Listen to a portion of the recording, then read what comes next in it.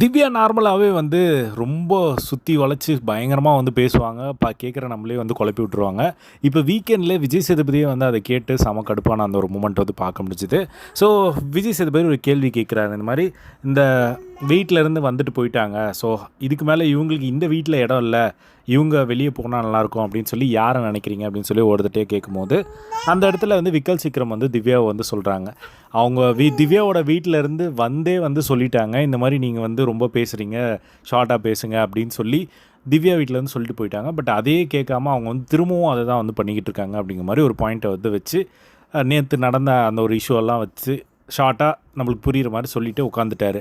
அதுக்கப்புறம் திவ்யா உடனே எழுந்துட்டு திவ்யா வந்து திரும்ப விக்கல் சீக்கிரமாக சொல்லி அவங்க என்னென்னமோ சொன்னாங்க. அது உண்மையிலே வந்து நம்மளுக்கு அது எப்படி கனெக்ட் பண்ணுறது அப்படின்னே வந்து சுத்தமாக வந்து புரியவே இல்லை.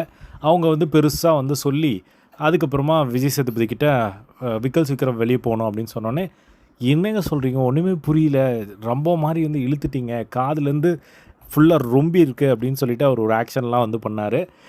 அதுக்கப்புறமா வந்து விக்கல் சீக்கிரம் போகணும் சார் அப்படின்னு, நான் கேட்ட கேள்வி புரிஞ்சாமா அப்படின்னு சொல்லிட்டு அதுக்கப்புறமா அந்த இடத்துல வந்து ஒரு ஃப்ரஸ்ட்ரேஷனை வந்து அங்கே எதிர்பார்க்க முடிஞ்சது. திவ்யா வந்து இதுதான் அவங்கக்கிட்ட இருக்கிற ஒரு பிரச்சனை. மற்றபடி திவ்யாவோட கேம் எல்லாமே ஓகே. பட் இந்த மாதிரி பேசும்போது திவ்யா வந்து பார்த்திங்கன்னா பயங்கரமாக சுற்றி விட்டுறாங்க. ஷார்ட்டாக இதுதான் அப்படின்னு சொல்ல மாட்டேங்கிறாங்க. அந்த ஒரு பிரச்சனை இப்போ வீக்கெண்ட்லேயும் வந்து வெடிச்சது வந்து பார்க்க முடிஞ்சது.